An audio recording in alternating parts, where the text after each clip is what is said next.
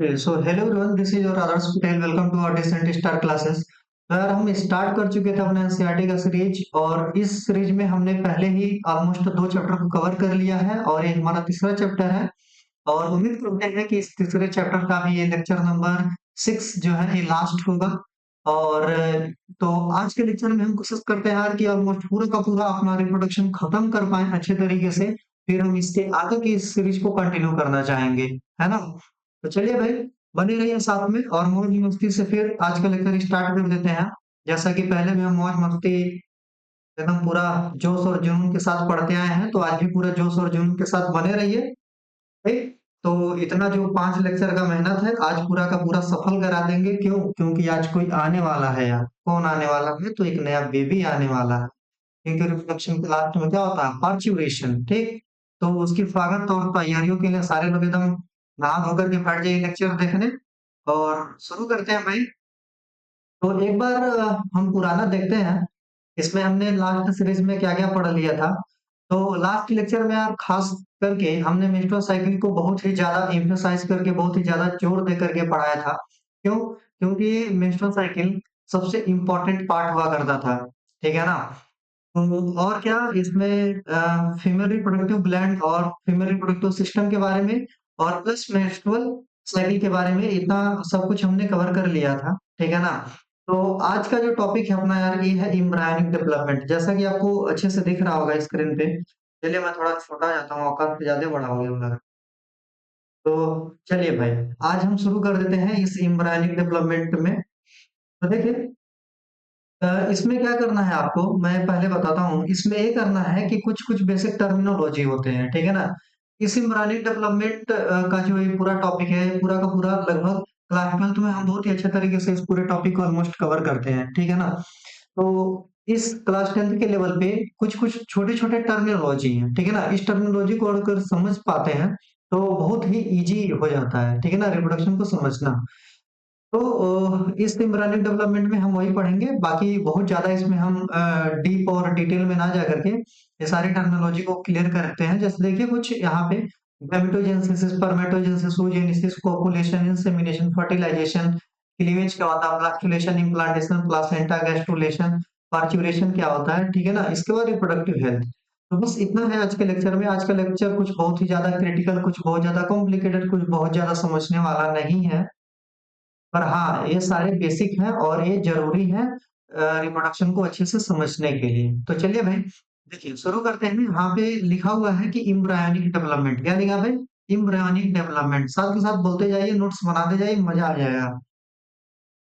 तो embryonic development लिखा है। एम्ब्रियोनिक डेवलपमेंट का मतलब नाम से कुछ रिलेट कर पा रहे होंगे कि एम्ब्रियोनिक का डेवलपमेंट हो रहा है, ठीक है ना? देखिए हो क्या रहा है, यहाँ पे एक स्पर्म है और यहाँ पे क्या है, एक ओवम है, ठीक? स्पर्म और ओवम मिल करके एक जाइगोट बनाते हैं, है ना? जाइगोट बनाते हैं। आफ्टर यहाँ पे दोनों मिल जा रहे हैं, मतलब कि यहाँ पे एक प्रोसेस हो जा रहा है जिसको बोला फर्टिलाइजेशन। आज ही हम सब कुछ कवर करने वाले हैं, है ना? तो यहाँ पे बन गया अपना जाइगोट, ठीक? अब ये जाइगोट आगे चल के डिवाइड करता जाएगा, फिर फाइनली एक एम्ब्रायो बनाएगा, है ना? तो ये जो पूरा जाइगोट से लेकर के एम्ब्रायो बनने का जो पूरा प्रोसेस है, ठीक है ना? जाइगोट से जो पूरा ऐसे एम्ब्रायो बन रहा है, इसी पूरे प्रोसेस को हम बोलते हैं एम्ब्रायोनिक डेवलपमेंट। क्या बोलते हैं भैया? Embryonic development. इस पूरे प्रोसेस को हम बोलते हैं हम एम्ब्रायोनिक डेवलपमेंट। मतलब एक एम्ब्रायो कैसे बनता है, that is known as the embryonic development. कि एम्ब्रायो का फॉर्मेशन कैसा हो रहा है, that is known as the embryonic development. अरे समझ में आएगी? तो चलिए भाई, यहाँ पे इसका डेफिनेशन एक बार नजर डालिए इस पे। क्या लिखा है कि एम्ब्रायोनिक डेवलपमेंट क्या होता है? तो एम्ब्रायोनिक डेवलपमेंट पहले बता दिया, जाइगोट से लेकर के वन सेल जाइगोट मतलब सिंगल सेल जाइगोट से लेकर के पूरा का पूरा एक एम्ब्रायो बनना, till the work that is पूरा known as the embryonic development. तो ये पूरा का पूरा जो सीरीज है, जो पूरा का पूरा फेज है, जो पूरी की पूरी एक प्रक्रिया है, जो पूरी की पूरी स्टेप है, इस पूरे स्टेप को हम क्या बोलते हैं भाई? Embryonic development. अरे उम्मीद है इतनी बातें क्लियर हो गई होंगी। इतना कुछ टफ नहीं है, ठीक? अब देखिए जैसे मैं बोल रहा हूँ कि एक सिंगल सेल जाइगोट से बनने से लेकर के एक फुल मैच्योर एम्ब्रायो बनने तक का जो पूरा प्रोसेस है क्या होता है भैया? एम्ब्रायोनिक डेवलपमेंट होता है, ठीक? तो फिर भी ये जाइगोट कैसे बन रहा है ना? क्वेश्चन अराइज होता है कि जाइगोट कैसे बन रहा है। तो जाइगोट कैसे बन रहा है, तो स्पर्म और ओवम मिल रहे हैं तभी फर्टिलाइजेशन हो रहा है, तो जाइगोट बन रहा है। ठीक। अच्छा, मेल रिप्रोडक्टिव पार्ट मेल के पास है, फीमेल रिप्रोडक्टिव पार्ट फीमेल के पास है। मेल गैमेट फीमेल गैमेट में ट्रांसफर कैसे हो रहा है? ठीक है ना, तो ये भी इंसेमिनेशन होता है। ठीक है ना, तो ये इस टर्मिनोलॉजी को हम पढ़ा लेंगे। ठीक। अच्छा, स्पर्म मेल में बन रहा है, ओवा फीमेल में बन रहा है ना? स्पर्म मेल के अंदर में और ओवा फीमेल के अंदर में। आखिर में मेल के अंदर में ऐसा कौन सा प्रोसेस हो रहा है जिसकी वजह से स्पर्म बन रहा है? ठीक है ना, तो स्पर्म का फॉर्मेशन को बोलते हैं स्पर्मेटोजेनेसिस और oogenesis। ठीक है ना, और दोनों के दोनों में गैमीट है कि नहीं है ना भाई? गैमीट है। इस जो प्रोसेस है गैमीट बनाने की, that is known as the gametogenesis. तो इस प्रोसेस को भी पढ़ना है। तो क्या बोला? स्पर्मेटोजेनेसिस, oogenesis, गैमेटोजेनेसिस, और ये पूरा का पूरा एम्ब्रियोनिक डेवलपमेंट में बाकी सब स्टेप्स। ठीक है ना, और इंसेमिनेशन मैंने बोला, और ये फर्टिलाइजेशन मतलब स्पर्म और ओवा का मिलना, that is known as the fertilisation. ठीक। इसके बाद कुछ जाइगोट बन गया ना, जैसे जाइगोट बन गया तो जाइगोट से क्या बनाना है? एम्ब्रायो बनाना है। अब ये जो पूरी की पूरी प्रोसेस है, यहाँ पे कुछ लिखा है जैसे क्लीवेज और प्लास्टुलेशन, इम्प्लांटेशन, प्लसेंटेशन, गैस्ट्रुलेशन। ठीक है ना, तो एक एक करके आइए इस पूरे टर्मिनोलॉजी को बहुत ही अच्छे तरीके से आप कोशिश कर रहे हैं हम समझ में आए। ठीक है ना, और ध्यान दीजिए ताकि आपको ये सारी चीजें एक ही बार में समझ में आ जाए, ताकि बार बार वीडियो को आगे पीछे करके देखना यार याद काम होता है। तो देखो भाई क्या लिखा है, कुछ फेजेस होते हैं अपने पास इम्ब्रायोनिक डेवलपमेंट के अंदर में। तो जैसे मैं बोल रहा हूँ कि स्पर्म और ओवा भैया मिल रहे हैं, ठीक है ना, तभी जाकर के एक सिंगल सेल का जाइगोट बन रहा है ना? तो स्पर्म है ना, ये है स्पर्म, और ये क्या है जी? ओवा है। अरे समझ में आया ना? तो देखते रहिएगा ध्यान से। ये है स्पर्म और ये है ओवा। तो स्पर्म किसके अंदर में बन रहा है भैया? मेल के अंदर में। ओवा कहाँ पे बन रहा है? फीमेल के अंदर में, है ना? तो स्पर्म बनने की जो प्रोसेस है, that is known as the क्या? स्पर्मेटोजेनेसिस। क्या बोलेंगे? स्पर्मेटोजेनेसिस, है ना? स्पर्मेटोजेनेसिस देखो नाम में क्या लिखा है, स्पर्मेटो और जेनेसिस। देखिए बायोलॉजी में जेनेसिस का मतलब होता है फॉर्मेशन। क्या? फॉर्मेशन या prepare, to make, to form, ये होता है स्पर्मेटोजेनेसिस। ठीक है ना, तो स्पर्मेटोजेनेसिस, और जहां पे एस आई एस जैसे बोल रहे हैं ना, जेनेसिस, स्पर्मेटोजेनेसिस, तो जिसके लास्ट में एस आई एस आता है, इसका मतलब क्या होता है जी? इसका मतलब होता है भाई प्रोसेस, मतलब कि स्पर्म बनने की, मतलब कि स्पर्म के फॉर्मेशन की जो प्रोसेस है, क्या बोला? स्पर्म बनने की जो प्रोसेस है, मतलब स्पर्म को फॉर्म करने की जो प्रोसेस है, मतलब स्पर्म के फॉर्मेशन की जो प्रोसेस है, that process is known as the spermatogenesis. क्या बोला? That process is known as the भैया स्पर्मेटोजेनेसिस। अच्छा, इतनी बातें क्लियर है तो आगे बढ़ते हैं। सिमिलरली, सिमिलरली हो गया अपने पास ऊजेनिसिस। सिमिलरली हो गया क्या? ऊजेनेसिस। ऊजेनेसिस, ऊ का मतलब ऊसाइट, या फिर इसको बोलते हैं ओवा। क्या बोलते हैं? ओवा। और जेनेसिस का मतलब फॉर्मेशन। और ये जो ऊजेनेसिस है क्या समझा है, ये क्या होता है? प्रोसेस, मतलब कि ओवा को फॉर्म करने की, क्या बोला? ओवा को फॉर्म करने की जो प्रोसेस है, ठीक है ना, ओवा को बनाने की जो प्रक्रिया है, that is known as the भैया oogenesis। तो ओवा को फॉर्म करने वाले की प्रोसेस को बोलते हैं हम oogenesis। जैसे स्पर्म को बनाने वाली प्रोसेस को स्पर्मेटोजेनेसिस, इसी तरीके से ओवा को बनाने वाली प्रोसेस को बोलते हैं क्या? oogenesis। अरे तीन बातें क्लियर है तो आगे बढ़ो, है ना? और देखिए इसके बाद क्या है? इसके बाद ये जो टर्म है गैमेटोजेनेसिस, ठीक। देखिए बॉडी के अंदर में, मेल के अंदर में, क्या बोला? मेल के अंदर में कौन सा गैमेट होगा? मेल गैमेट होगा कि नहीं होगा? अरे होगा, बिल्कुल होगा। और मेल गैमेट क्या होता है? स्पर्म होता है। अच्छा सर, फीमेल के बॉडी में कौन सा गैमेट बनेगा? फीमेल गैमेट बनेगा सर। क्या बात करते हैं, इतना तो हमें आता ही है। हाँ भाई, इतना तो आता ही है। क्यों? क्योंकि हम पढ़ा रहे हैं ना, तो आएगा तुम्हें।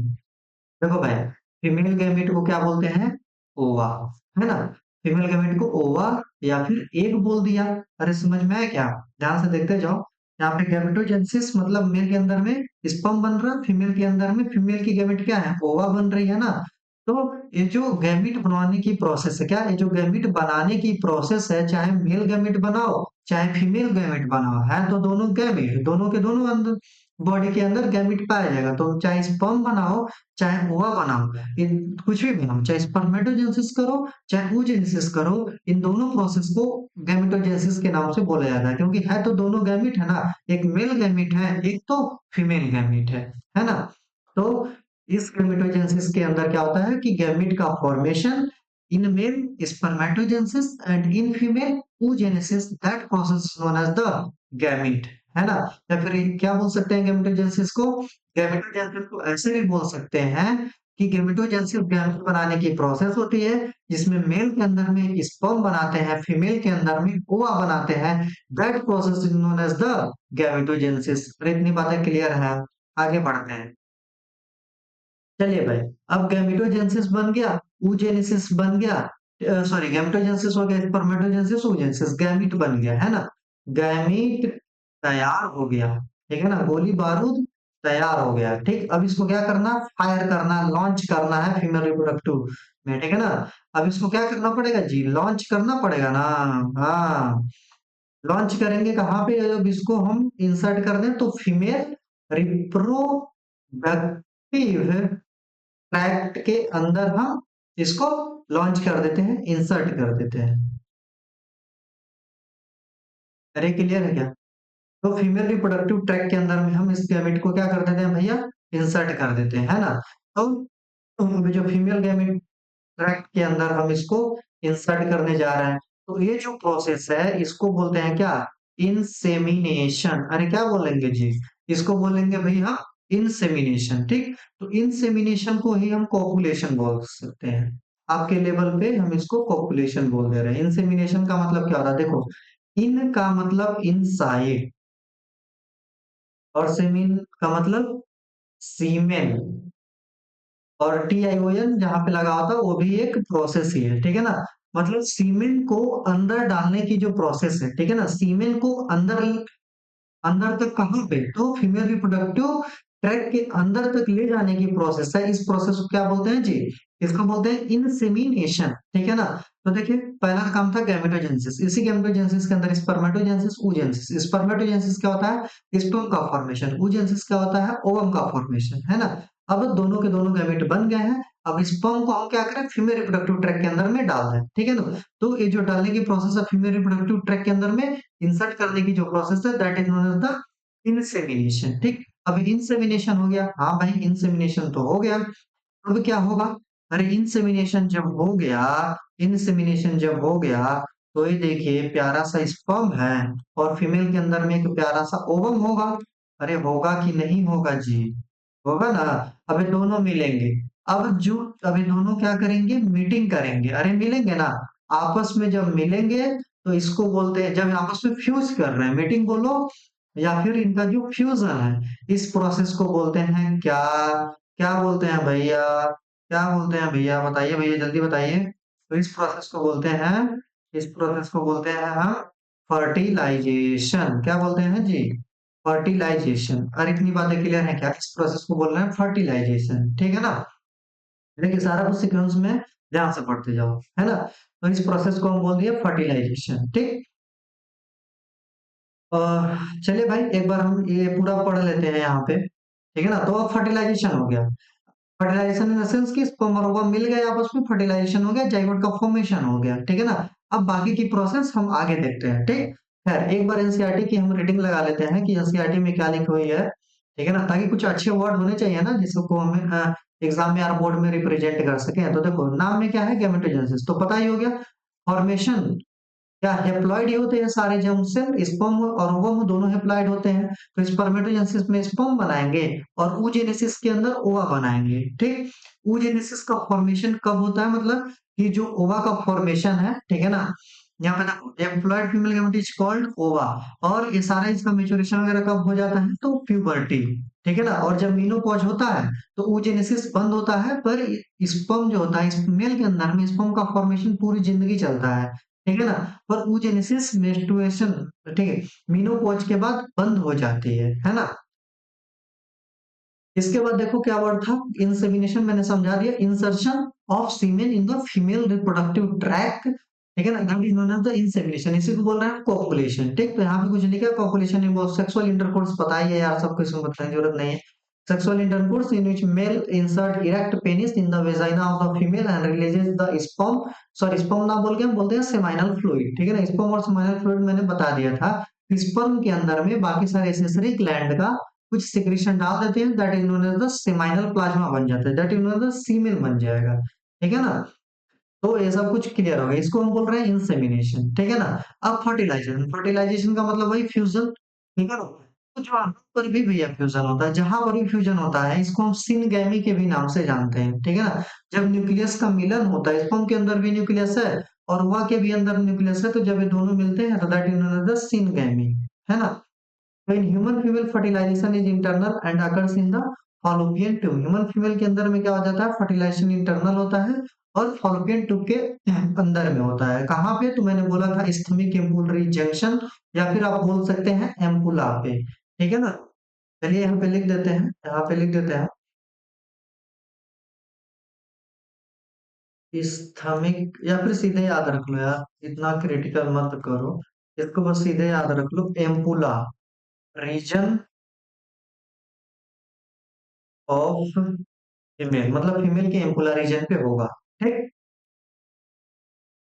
देखो भाई, तो क्या हुआ, अभी क्या हुआ कि स्पर्म और ओवम मिल गए हैं, अपना फर्टिलाइजेशन का प्रोसेस स्टार्ट हो गया। ठीक है ना, फर्टिलाइजेशन का प्रोसेस पूरा हो गया है।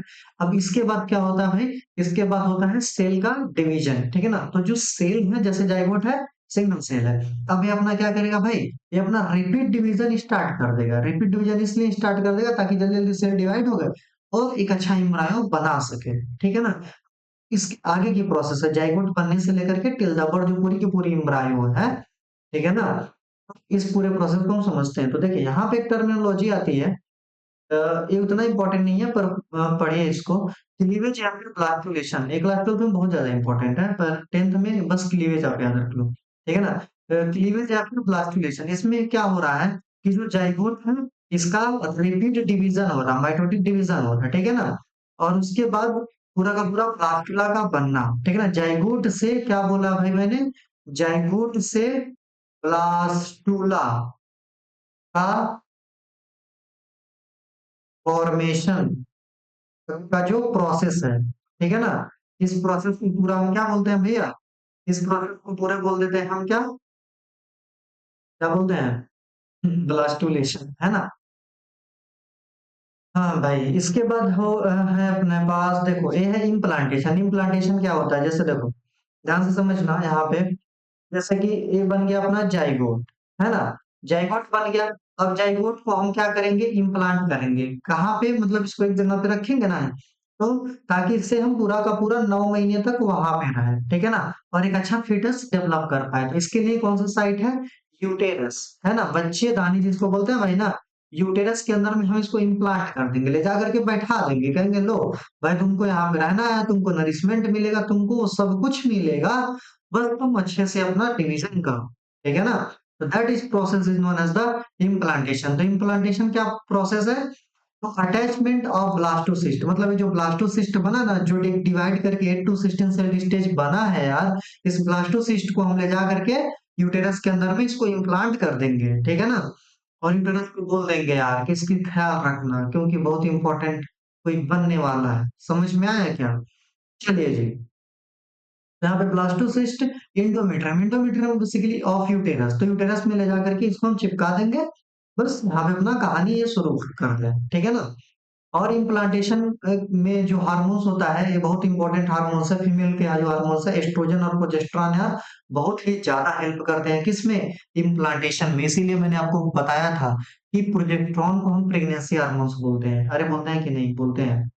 देखो भाई, ये जो अपना प्रोजेस्टेरॉन था, ये जो प्रोजेस्टेरॉन प्रोजेस्टेरॉन है, इसको हम यार प्रेगनेंसी हार्मोन बोलते हैं। ठीक है ना, इसको मैंने कैसे बोला था याद करना, कि पी फॉर प्रोजेस्टेरॉन और प्री फॉर प्रेगनेंसी।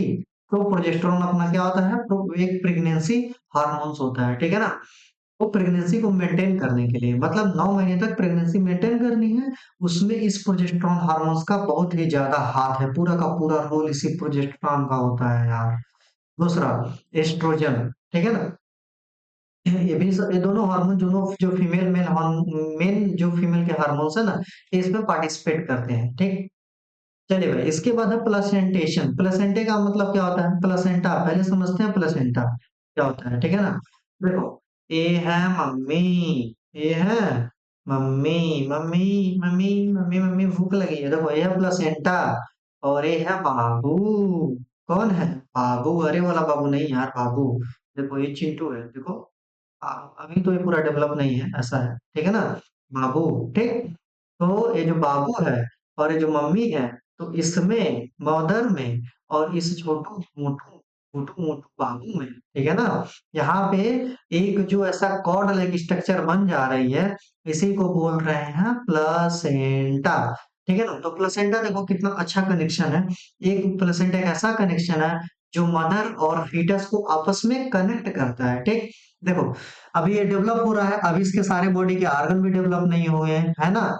ना ही इसका डाइजेस्टिव सिस्टम, ना एक्सक्रीटरी सिस्टम, ना रेस्पिरेटरी सिस्टम, ना सर्कुलेटरी सिस्टम, ना रिप्रोडक्टिव सिस्टम। अभी इस छोटू मोटू का अभी कोई भी सिस्टम बॉडी का अच्छे से यार डेवलप नहीं हुआ है। तो क्या इसको हम जिंदा मार दें? अरे नहीं ना। तो उसकी रक्षा कौन करेगा? तो मदर कर रही है। तो मदर कैसे कर रही है? तो मदर की बॉडी से, तो देखो मदर और फीटस के बीच में एक रिलेशनशिप डेवलप हो गया, ठीक है ना, एक कनेक्शन बन गया है। That connection is known as the placenta, ठीक है ना। अब इसी प्लासेंटा के थ्रू, क्या बोला, इसी प्लासेंटा के थ्रू पूरा का पूरा जो बेबी को न्यूट्रिएंट चाहिए, जो बेबी को गैस चाहिए, ठीक है ना। और क्या बेबी को चाहिए? बेबी को बेस, अरे ना, न्यूट्रिएंट चाहिए, गैस चाहिए, और क्या चाहिए यार, मतलब जो कुछ भी चाहिए, ठीक है ना, गैसेस का एक्सचेंज या फिर जो वेस्ट का रिमूवल है, ठीक है ना, ये सारा कुछ की सप्लाई, सारा कुछ का जो काम है, ये कौन देखता है भैया? प्लेसेंटा देखता है। तो प्लेसेंटा सोचिए कितना इंपॉर्टेंट पार्ट है, इसीलिए सैल्यूट टू मदर। आप भी करिए, सब सैल्यूट करिए अपने मम्मी को, ठीक। चलिए भाई, तो न्यूट्रिएंट गैस वेस्ट रिमूवल, ठीक। न्यूट्रिएंट गैस और वेस्ट रिमूवल का काम कौन कर रहा है? प्लेसेंटा कर रहा है, ठीक है ना। तो प्लेसेंटा देखिए एक टेम्परेरी है, ठीक है ना, टेम्परेरी ये है, ठीक है ना। जब बेबी बाहर आ जाता है तो इसको हम कच से कट कर देते हैं, ठीक है ना। तो temporary but intimate mechanical and physiological connection होता है किसके किसके बीच में? मैटरनल टिश्यू और फीटल टिश्यू के साथ। तो इसी प्रोसेस को, ये जो प्लासेंटा बनने की जो प्रक्रिया है, मदर से फीटस, मदर और फीटस के बीच में जो प्लासेंटा बनने की जो कनेक्शन बनने की प्रक्रिया है, that is known as the placentation, ठीक। चलिए जी, यहाँ पे लिखा भी हुआ है यार, देखो ध्यान से। प्लेसेंटा न्यूट्रिशन में, रेस्पिरेशन में, एक्सक्रीशन में, हर चीज में इस छोटा छोटा जो जो बाबू है ना, बाबू है, तो इस बाबू का देखभाल कर रहा है। चलिए जी, इसके बाद एक और टर्मिनोलॉजी है इंपॉर्टेंट, इसको हम बोल रहे हैं क्या? गैस्ट्रुलेशन, ठीक है ना। तो ये भी क्या है गैस्ट्रुलेशन में? देखिए हमारी बॉडी के अंदर में ये जो पूरा स्किन है, जो भी ऑर्गन है, ये जो सब बनने की प्रोसेस है ना भाई, दैट प्रोसेस को तुम मान लो गैस्ट्रुलेशन बोलते हैं, मतलब ब्लास्टोसिस्ट बन गया, ठीक है ना।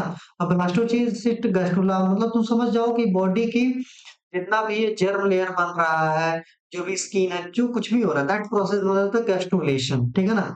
देखिए ध्यान से, एक टर्मिनोलॉजी को समझाना चाहते हैं यहाँ पे, ध्यान समझना। एक तो गैस्ट्रुलेशन बोल रहा हूँ, एक तो होता है गैस्टेशन पीरियड। क्या होता है? गैस्टेशन पीरियड, ठीक है ना। तो गैस्टेशन पीरियड क्या होता है? ये जो पूरा 9 मंथ का जो पीरियड होता है ना भाई, 9 मंथ का जो टोटल पीरियड है, that period is known as the gestation period, ठीक है ना। तो ये है गैस्टेशन पीरियड, ठीक।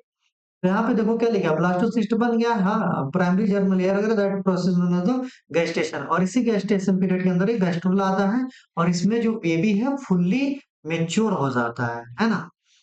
आप अगर यूट्यूब पे सर्च करेंगे ना कि पूरा रिप्रोडक्टिव, आप सर्च कर सकते हैं कि जो भी अपना रिप्रोडक्टिव सिस्टम पे एक वीडियो आता है जिसमें क्या होता है, स्पर्म ओवा के साथ मीट करता है, इस तरीके से कुछ वीडियो याद नहीं आ रहा। हाँ, आप स्टेप्स ऑफ रिप्रोडक्शन देख लेंगे ना, तो उसमें भी आपको समझ में आ जाएगा।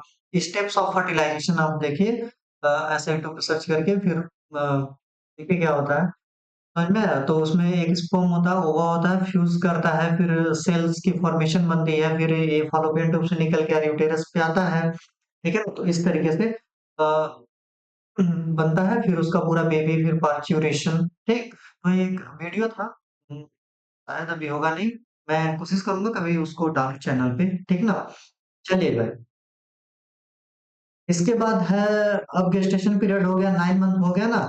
अब 9 मंथ में क्या हो गया भाई, 9 मंथ में क्या हो गया भाई, अरे 9 मंथ में तो बेबी बेबी फुल्ली डेवलप हो गई है। अरे डेवलप हो गया है, अरे नहीं नहीं, दोनों फुल्ली डेवलप हो गया है ना। देखिए भाई, बेबी जो है, जो फीटस है, फुल्ली डेवलप हो चुका है ना। अब ये कहेगा कि मम्मी मम्मी हमको बाहर निकालो, हमको हमको बाहर की भी दुनिया देखनी है, ठीक है ना। तो ये बेबी जो है, ये बाहर आना चाहता है। बेबी, तुम बाहर आना चाहते हो, यस, बाहर आना। बेबी से पूछा जाए क्या चाहते हो, तो बाहर आना चाहता हूँ, बाहर आना चाहता हूँ, बेबी बोल रहा है भाई, देखना। बेबी क्या बोल रहा है, बेबी बोल रहा है कि बाहर आना चाहता हूँ। तो ये जो बेबी को जो बाहर आने की प्रोसेस है, that process is known as the, भैया, पार्च्यूरेशन, ठीक। That process known as the parturition, ठीक। तो जो पूरा का पूरा प्रोसेस है अपना, ये हो जाएगा अपना पार्च्यूरेशन, ठीक है ना। अरे उम्मीद करते हैं आपको समझ में आ रहा होगा, ये पूरा पार्च्यूरेशन वगैरह। तो चलिए भाई, एक बार हम पार्च्यूरेशन का डेफिनेशन तो समझ में आ गया, थोड़ा सा और इस पार्च्यूरेशन को हम आगे कंटिन्यू करते हैं। देखो, ये जो बेबी का हम जो डिलीवरी कराते हैं, इसी पार्च्यूरेशन का मतलब हम ऐसे समझ सकते हैं, डिलीवरी डिलीवरी ऑफ फीटस, ठीक है ना। तो जो फीटस है, जो बेबी है, इसकी जो डिलीवरी करने की प्रोसेस है, that is known the parturition. तो एक बेबी की डिलीवरी कैसे हो रही होती है, देखिएगा ध्यान से। देखिए, बेबी भी अपने साइड से सिग्नल देता है, और मदर की जो एक होती है ना पिट्यूटरी ग्लैंड अपनी, ठीक है ना, दोनों के दोनों आपस में सिग्नल देते हैं, ठीक। फिर क्या होता है, जो मदर का ब्रेन है, ये क्या करता है, देखिए, पोस्टीरियर पिट्यूटरी, इंटीरियर पिट्यूटरी, मैंने आपको अगर शुरू से देख रहे होंगे तो आपको समझ में आएगा। तो पार्च्यूरेशन में अगर कुछ ना समझ में आए तो दो चीज याद रखिए भाई, इतने से भी आपका काम हो जाएगा, कि पार्च्यूरेशन के अंदर में दो मेन हार्मोन होते हैं, एक तो होता है ऑक्सीटोसिन, दूसरा होता है भाई रिलैक्सिन, ठीक है ना। देखो, ऑक्सीटोसिन का काम क्या होता है, इसका फंक्शन देखना। ऑक्सीटोसिन का काम मतलब फंक्शन, इसका जो फंक्शन है, ऑक्सीटोसिन का काम होता है कि it it contracts the smooth muscles. क्या करता है, कॉन्ट्रैक्ट कर देता है स्मूथ मसल्स को। अच्छा सर, एग्जांपल दीजिए। तो बेबी कहाँ पे है, यूटेरस में था, तो यूटेरस की मसल को ऐसा एकदम खूब से दबा देगी, ठीक। और क्या करेगी, और स्मूथ मसल, तो जो ममेरी ग्लैंड है, सॉरी मैरी ग्लैंड ये कैसे लिख रहे हैं आप? चलिए भाई, तो जो ये है ममेरी, मैरी ग्लैंड, मेमोरी ग्लैंड, ठीक है ना। देखिएगा, शायद आपको दिख नहीं रहा होगा। तो देखिए भाई, ये है ममेरी ग्लैंड, ठीक है ना। तो यूटेरस और ममेरी ग्लैंड इन दोनों को कंट्रैक्ट करेगा। अच्छा सर, यूटेरस के कंट्रैक्ट करने से क्या होगा, तो यूटेरस के कंट्रैक्ट करने से जो बेबी है वो एक्सपेल आउट हो जाएगी, ठीक है ना। एक मिनट, मैं एक नया स्लाइड बना के आपको समझाता हूँ। हाँ भाई देखो, ध्यान से देखना, ये जो पर्चुरेशन का, क्योंकि बहुत इंपॉर्टेंट पार्ट है, ठीक है ना, ये आपको समझना जरूरी है। देखो भाई, ये जो पार्चुरेशन है, मैं क्या बोल रहा हूँ, इसको बोल रहे हैं डिलीवरी ऑफ बेबी, है ना, बेबी की delivery, that is known as the parturition, ठीक है ना। तो इसमें दोनों के दोनों इन्वॉल्व है, मदर और बेबी, ठीक है ना। तो मैं यहाँ पे बोल रहा हूँ, मैं बोल रहा हूँ, क्या बोल रहा हूँ, कि इन पार्चुरेशन प्रोसेस, जो अपना पार्चुरेशन प्रोसेस है, two main hormones are involved, ठीक। तो दो मेन हार्मोन यहाँ पे भाई इन्वॉल्व होते हैं। पहला जो है ये है ऑक्सीटोसिन, ठीक। पहला क्या है भाई, ऑक्सीटोसिन है। ऑक्सीटोसिन का मतलब क्या होता है, कौन सा है, oxytocin, it contracts the smooth muscles. Example पे, एग्जाम्पल के तौर पे रख लेते हैं यूटेरस, और दूसरा है जो है ये है ममेरी ग्लैंड। एग्जाम्पल पे तो रख देते हैं यूटेरस, दूसरा ममेरी ग्लैंड। चलो भाई, यूटेरस हो गया और ममेरी ग्लैंड हो गई। यूटेरस क्या करता है, इट यूटेरस को व्हेन इट कॉन्ट्रैक्ट, क्या बोलेंगे, यूटेरस को व्हेन इट कॉन्ट्रैक्ट, इसमें लिखते हैं जब देखो व्हेन इट कॉन्ट्रैक्ट, जब यूटेरस क्या करेगा, कॉन्ट्रैक्ट करेगा तो बेबी बाहर आना चाहेगा, ठीक है ना। When it contract it expels out the foetus, तो फीटस को क्या करेगा, बाहर की तरफ धक्का देगा, ठीक है ना। तो ये इसको क्या कर देगा, एक्सपेल आउट कर देगा यूटेरस को। और इतनी बातें क्लियर है क्या, यूटेरस को क्या कर देगा भैया, एक्सपेल आउट कर देगा, है ना। यूटेरस को क्या कर देगा, ये एक्सपेल आउट कर देगा। उसके बाद भाई देखिए, जो ममेरी ग्लैंड है अपना क्या है, जो अपने पास से ममेरी ग्लैंड है, तो ममेरी ग्लैंड क्या करेगा भाई, तो ममेरी ग्लैंड का काम ये है कि जब ममेरी ग्लैंड कंट्रैक्ट करेगा, क्या बोले भाई, ये बोल रहा है कि जब ये अपना ममेरी ग्लैंड कॉन्ट्रैक्ट करेगा, ठीक है ना, तो जब ममेरी ग्लैंड भाई कॉन्ट्रैक्ट करेगा, चलिए भाई, तो यहाँ पे ये है कि जब ममेरी ग्लैंड कॉन्ट्रैक्ट करेगा तो ये मिल्क इजेक्ट करेगा। एक्चुअली मेरे दोस्त का वीडियो कॉल आ गया था, ठीक, तो मिल्क को इजेक्ट करने में ये हेल्प करेगा, है ना। ये मिल्क इजेक्ट में हेल्प करेगा, और जब मिल्क इजेक्ट होगा भाई, तो मिल्क इजेक्ट किस काम में आएगा, तो ये ब्रेस्ट फीडिंग कराएगा बेबी को, ठीक। जानते हैं सबके सबके दोस्त, वो दोस्त ही क्या जो दोस्त का भला सोच सके, है ना। सबके दोस्त ऐसा है, हमारे भी दोस्त, आपके भी दोस्त, ठीक। हम्म, चलो भाई, तो यूटेरस है और ममेरी ग्लैंड है, एक अच्छी चीज ये है कि जैसे कोट बोलते हैं ना यार कि अ, एक अच्छा दोस्त हजार बुक्स के बराबर होता है, एक तो ये सही चीज है। अ, मेरा क्या मानना है कि यार मैं कुछ ना जैसे होता है ना, एक चीजें होती है क्वालिटी क्वांटिटी, और एक चीज होती है क्वालिटी। तो जैसे होता है कि कुछ लोगों का ये होता है कि हम मेरे 50 दोस्त हैं, मेरे 60 दोस्त हैं, मेरा ऐसा कुछ नहीं है।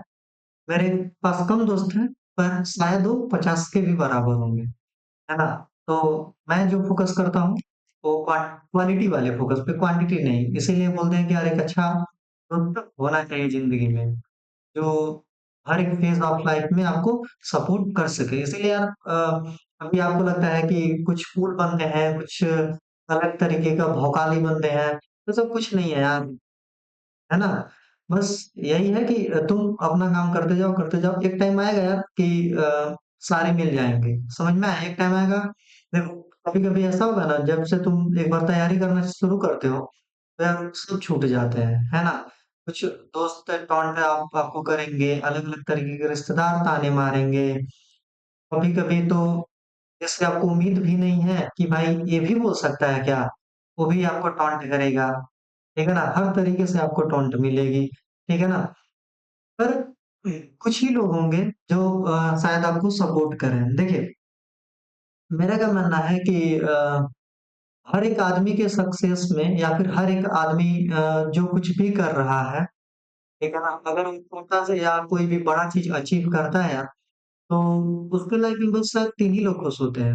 एक तो वो जो मेहनत करके वो अचीव किया, आप हो गए, दूसरा पेरेंट्स, तीसरा टीचर, है ना। बाकी सब बस नाम के हैं ना, और नाम के ही रह जाते हैं, है ना। हाँ, दोस्त तो बोला ठीक है, तो दोस्त जो अच्छे दोस्त होते हैं यार, वो दोस्त थोड़े होते हैं, वो तो फैमिली होती है अपनी ना, इसीलिए तो good friend is just like father, ठीक है ना। तो कुछ ऐसा ही है, और गुड फ्रेंड एक टीचर भी है ना। तो ऐसा ही कुछ, कोई बात नहीं, कुछ ज्यादा ही ज्ञान दे दिए हम भी, दोस्ती पे है, दोस्त का फोन आया था तो बोलना बनता था, ठीक है? चलिए भाई, तो ध्यान से देखिए, यूटेरस हो गया, ममेरी ग्लैंड हो गया, मेल की जरूरत हो रहा है तो ब्रेस्ट फीडिंग में हेल्प करेगा, है ना। यूटेरस में क्या होता है, it contract, when it contract it expels out the foetus, जब ये कॉन्ट्रैक्ट करेगा तो फीटस को एक्सपेल करेगा, फीटस बाहर आएगा, है ना। चलिए जी, अरे हाँ भाई, इसके बाद है, इसके बाद का जो प्रोसेस है, दैट इज सॉरी, इसके बाद जो हार्मोन्स है अपना है रिलैक्सिन, ठीक है। देखिए नाम में लिखा रिलैक्स, ठीक, तो इसमें बोलेंगे it relaxes the it relaxes the pelvic girdle. क्या बोला भाई? It relaxes the pelvic girdle. तो देखिए पेल्विक गर्डल बोलो या पेल्विक बोन बोल सकते हो, है ना? यहाँ पे क्या होता है, जैसे रिलैक्सिंग देखो हो क्या रहा है, ऑक्सीटोसिन, ध्यान से समझना, ऑक्सीटोसिन क्या होता है, यूटेरस की मांसपेशी, यूटेरस की जो मसल्स इसको कॉन्ट्रैक्ट करेगा, है ना? कॉन्ट्रैक्ट करेगा तो बेबी कहाँ आना चाहेगा, बाहर की तरफ। अरे बेबी बाहर की तरफ आना चाहेगा, तो बेबी बाहर की तरफ आना चाहेगा, तो फीमेल का जो पेल्विक गर्डल है, जो बोन है, हिप बोन्स है, ये क्या होने चाहेंगे, इस पे जोर लगेगा ना, तो इसको अगर हम थोड़ा सा रिलैक्स कर दें, ताकि जो पेल्विक बोन है अपना थोड़ा सा रिलैक्स हो जाए, तो बेबी को पास आसानी से हो जाएगा, ठीक है ना? वही बोल रहा हूँ यार, it relaxes the pelvic girdle या फिर पेल्विक बोन को ये रिलैक्स करता है। एक तो दबा रहा है, जैसे यूटेरस है, जैसे देखो ये ऐसा है, यहाँ पे यूटेरस है, तो यूटेरस को दबाओ दबाओ दबाओ और दबाओ, तेजी से दबाओ, ठीक है ना? ऑक्सीटोसिन कहेगा दबाओ दबाओ दबाओ, ठीक है ना? और इधर पे क्या है, मान लीजिए यहाँ पे जो है अपना वेजाइना, ठीक है ना? यहाँ पे क्या हो जाएगा, सॉरी यहाँ पे जो हाँ यहाँ पे जो वेजाइना है, और इधर क्या है साइड में, मान लीजिए आपका पेल्विक गर्डल है ना? तो जो पेल्विक गार्डन है, ये इसको क्या करेंगे, इसको हम कहेंगे थोड़ा सा इसको रिलैक्स कर दिया जाए, ताकि बेबी आसानी से, और एक फीटस है, नुन्नू है, तो फीटस आसानी से यहाँ पे आ सके, ठीक है ना? तो यहाँ पे जो हॉर्मोन्स है ये एक्ट कर रहा है, that is known as the oxytocin, और यहाँ पे जो हॉर्मोन्स एक्ट कर रहा है, that is known as the oxy oxytocin, और यहाँ पे है रिलैक्सिन। अरे इतनी बातें क्लियर है क्या ऑक्सीटोसिन और रिलैक्सिन के बारे में? इतनी बातें क्लियर है? तो ये जो पूरा का पूरा मैंने मैकेनिज्म बताया, तो ये पूरा का पूरा पर्च्यूरेशन है, और पर्च्यूरेशन अगर आपको समझ में आ गया तो बधाई हो, मैंने जो 6 लेक्चर में आपने पढ़ा है, तो यहाँ पे देखो एक अच्छा सा बेबी आ गया। हाँ खुश हैप्पी, ठीक। अरे एक मीम देखा है क्या? मैंने तो देखा है भाई। एक क्या होता है, वहां पे एक फीटस होता है, बाहर आता है, तो फिर नर्स से बोलता है कि अबे मेरे बाप ने पैसे दिए थे हमको इज्जत से निकालने के लिए, खींच कौन रहा था बे? तो कुछ ऐसा, ठीक। चलिए जी, तो अगर इतनी चीजें क्लियर हो गई यार, तो इतना तक अपना पर्च्यूरेशन खत्म हो जाता है, ठीक है ना? तो ये पूरा उम्मीद करते हैं आपको पूरा का पूरा पर्च्यूरेशन समझ में आ गया होगा। देखिएगा ये जो पूरा पर्च्यूरेशन है, यहाँ पे सब कुछ लिखा हुआ है, ऑक्सीटोसिन, रिलैक्सिन, जितनी भी तरीके की चीजें हैं यार, फलाना ढिमकाना 76 तरीके की, तो सारा का सारा ये पर्च्यूरेशन क्लियर हो जाता है इस 6वें लेक्चर में अपने रिप्रोडक्टिव सिस्टम के, है ना? तो चलिए यार, इसको हम अब यहीं पे खत्म कर देते हैं इस लेक्चर को, और आगे आने वाले लेक्चर में हम एक जो अपना यहाँ पे कुछ था ना, ये कुछ क्या था सर, रिप्रोडक्टिव हेल्थ था, हाँ, तो ये जो पूरा अपना रिप्रोडक्टिव हेल्थ था, इसको हम खत्म करेंगे, है ना? क्योंकि रिप्रोडक्टिव हेल्थ भी एक काफी इसी का छोटा सा पोर्शन है, कोई बहुत ज्यादा नहीं है, वो भी लगभग आधे घंटे का टॉपिक है। इसको भी हम कोशिश करेंगे यार कि फटाफट इसको हम निपटा पाए।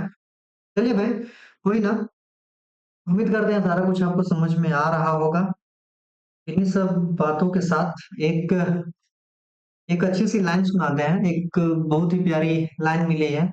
एक है कवि संदीप द्विवेदी सर की लाइन है, इसको ध्यान से सुनना, थोड़ा अच्छा लगा, सोचा कि आपके साथ मैं इस इंफॉर्मेशन को साझा करूं। चलिए, तो कुछ लिखा है कि खैर, ये तो एक यूं ही बात कही बस ये कहने के लिए कि जीवन में किसी असफलता को लेकर रोते रहने से सफलता नहीं मिलती, बल्कि उससे सीख लेकर हम फिर दुगने उत्साह से शुरुआत करें तो बात बन सकती है। दुखी मत होइए, आप भी यही हैं, लक्ष्य भी यही है, दुनिया भी यही है, सब हो जाएगा। हार जीतने की प्रतिक्रिया रोने नहीं होना चाहिए। रोपिए एक नया बीज शुरुआत का, रोने से कुछ होता है क्या? है ना? तो भाई सही है कि रोने से कुछ नहीं होगा, बस जब भी आप पढ़ रहे हैं तो उसको मन लगा करके एक नया, हमेशा हर चीज को एक नया शुरुआत की तरीके से देखें, और हर चीज को एक बिगिनिंग से स्टार्ट करिए, जीरो से स्टार्ट करिए, ठीक है ना? हमेशा अपने आप को जीरो पे ला करके खड़ा कर दे दीजिए, हमेशा कंसिडर करिए कि आप जीरो हैं, कुछ नहीं है, ठीक है ना?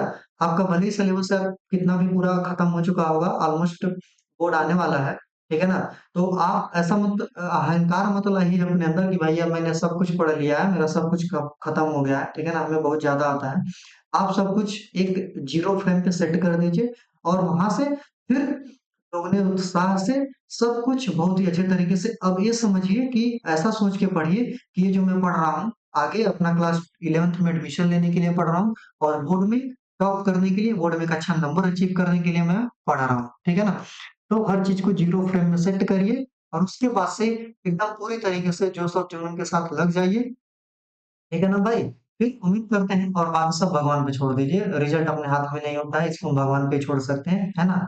चलिए भाई, उम्मीद करते हैं सबको समझ में आ गया होगा। इतना हमें इतना देर तक लगभग ऑलमोस्ट 40 मिनट तक शांतिपूर्वक ध्यान से सुनने के लिए आप सभी का बहुत-बहुत धन्यवाद और आभार आभार, है ना? चलिए भाई, thank you, all the very best.